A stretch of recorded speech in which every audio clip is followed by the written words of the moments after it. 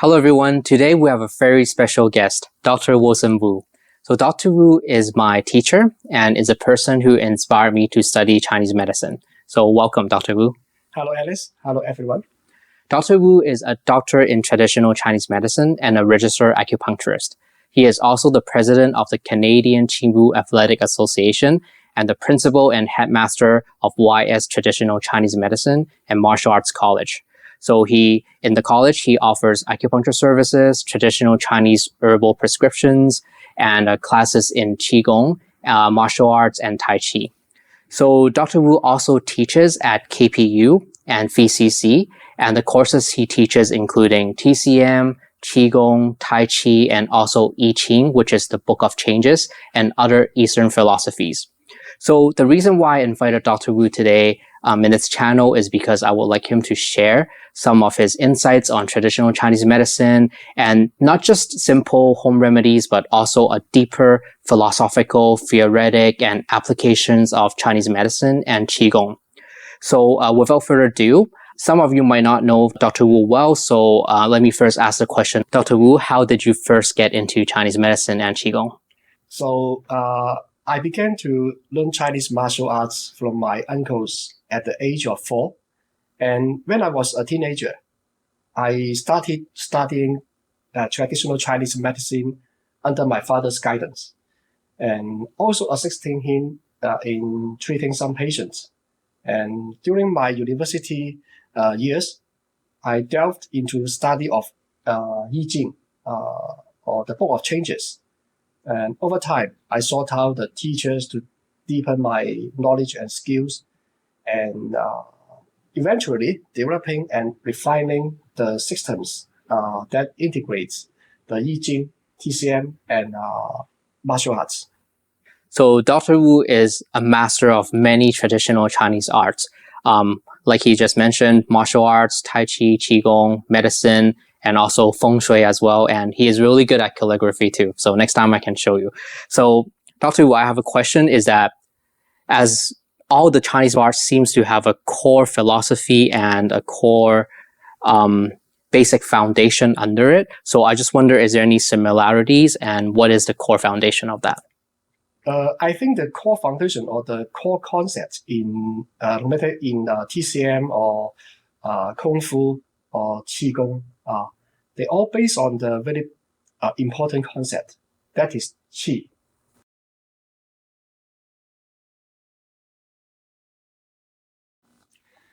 So what is Qi? Originally, people believe that Qi is referred to the bioelectric energy inside our bodies.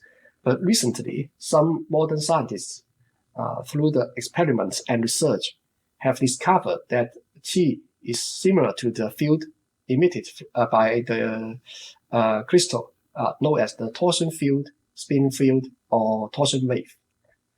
Actually, any matter with the helical and spiral structures inside, or objects in spinning motion, can generate torsion field.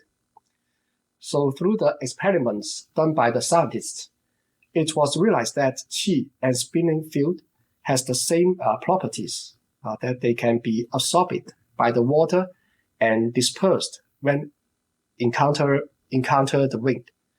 And this logic actually fits in with the ancient Chinese wisdom of the Feng Shui. And this is why in our living environment, it is considered good to hide the wind and stop the water. For example, having a house back up by the mountain in the north and facing the water in the south, as it promotes good health.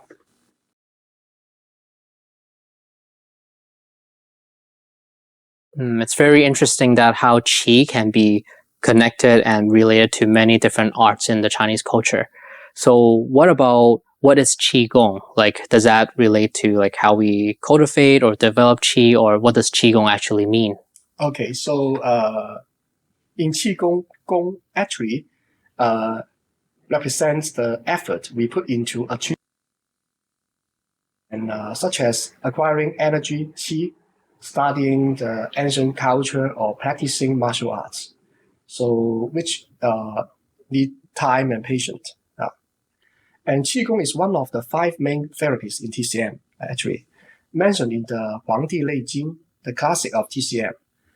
In ancient times, different regions of China have their specific therapies, like the moxa moxibustion in the north, and acupuncture in the south, stone therapy in the east, and herbal therapy in the west.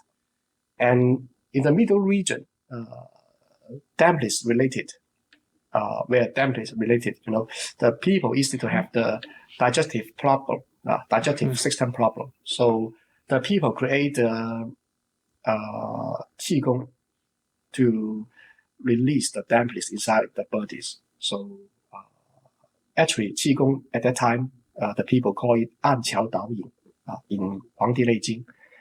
按 means press down the hands. 桥 means lifting up the heels. And 按桥 means the physical movement. And 导引 means the using the mind to lead the qi. So 按桥导引 is including the internal and external, including the physical movement and the internal mind leading. I see. So different therapeutic methods are originated in different parts of China.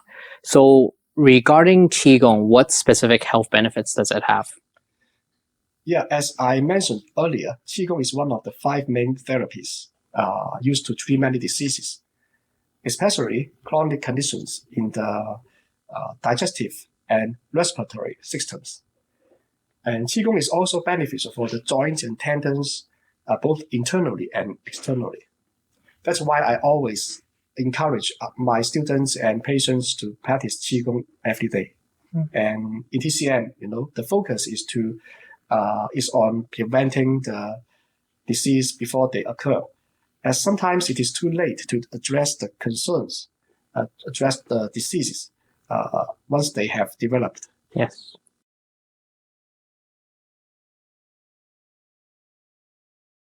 So as a Qigong practitioner, when you practice Qigong, it has all the health benefits that you mentioned.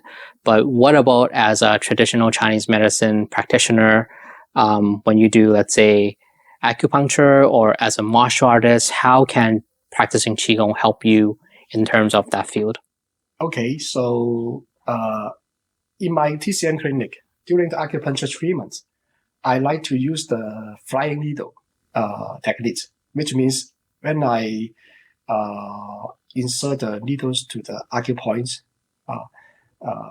the needles will be twisted in 8 circles before you insert it into the patient's acupoint. And that is, we call the flying needle, and can create the stronger spin field. We call the qi. So you want me to perform the flying needles techniques on you, and then let you to feel the difference? Oh, that would be great. I'm very looking forward to it. Okay. Let's go. Okay, so Dr. Wu has taken out his needles and tools, and I'm about to get needled. Okay, Alice, please put your 2 hands on the table. Okay. And then I will do the normal techniques on your left hand and the flying needle techniques on your right hand. And I will choose the acupoint large intestine 4, and which is connected our digestive system, and it's also good for the tonifying the qi.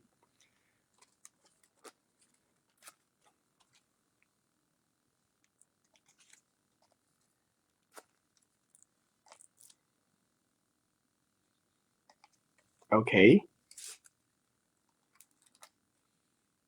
The first one, I use the patting technique. So use the tube and then patting the needles inside the acupoint, LI4. Okay. And then I will use the flying needle technique. So that means before the needles go into the acupoint, it will be twisted in about 8 circles before you insert it to the acupoint. See?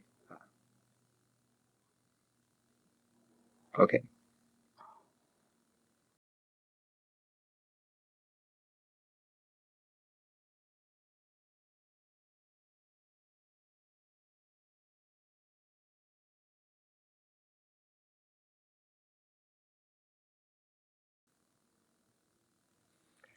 So what's the difference? Oh, wow. There's actually quite a difference. So on my left hand, where it is the normal technique where he taps the needle in, I do not feel as much strong of the qi energy as much as my right, which Dr. Wu used the flying needle technique. So in Chinese medicine, what we call like de qi, right? Getting the energy. Getting the energy.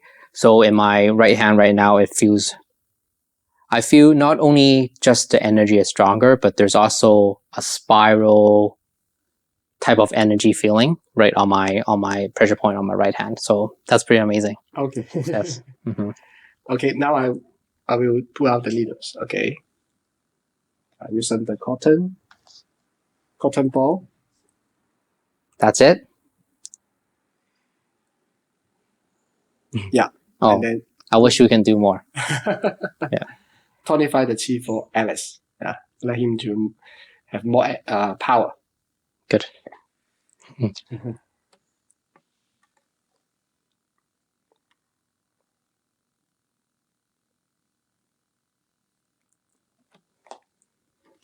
Thank you, Dr. Wu. You're welcome.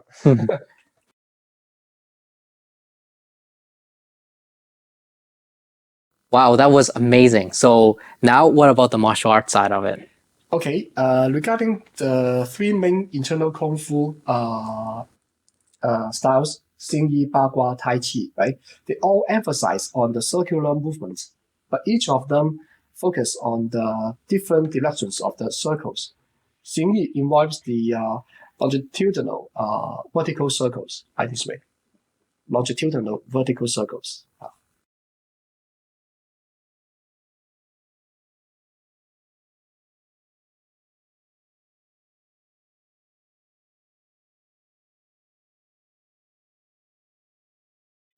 And Bagua utilize the horizontal circle.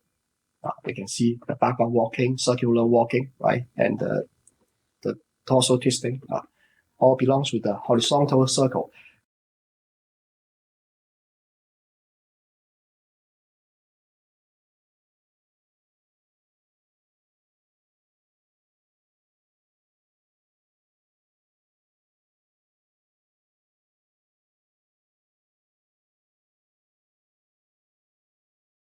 While Tai Chi incorporates both longitudinal vertical circles, right, Feng Zhi, and horizontal circles, turn left and turn right, right, the low back techniques, and but also have the left and right vertical circles in Tai Chi. This is special circles. We call it Mao You, small universe.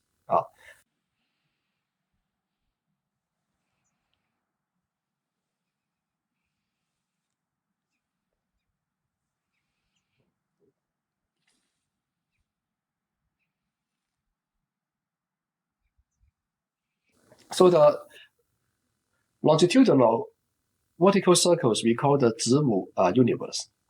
Later I will explain this in details in the future, maybe, right? Mm-hmm. And particular in Bagua, when we perform the circular walking Qigong, we execute both revolution and rotation, similar to the Earth in the solar tracking system, creating much stronger torsion field, actually. That's why I focus on the internal Kung Fu training and teaching to get the strong Qi.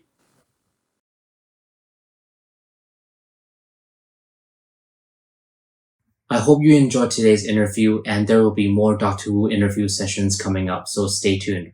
Lastly, don't forget to follow Dr. Wu's social media platforms on Facebook, YouTube, and also his website. There are a lot of amazing content on health, Qigong, and Chinese martial arts. Thank you for watching, and I will see you next time.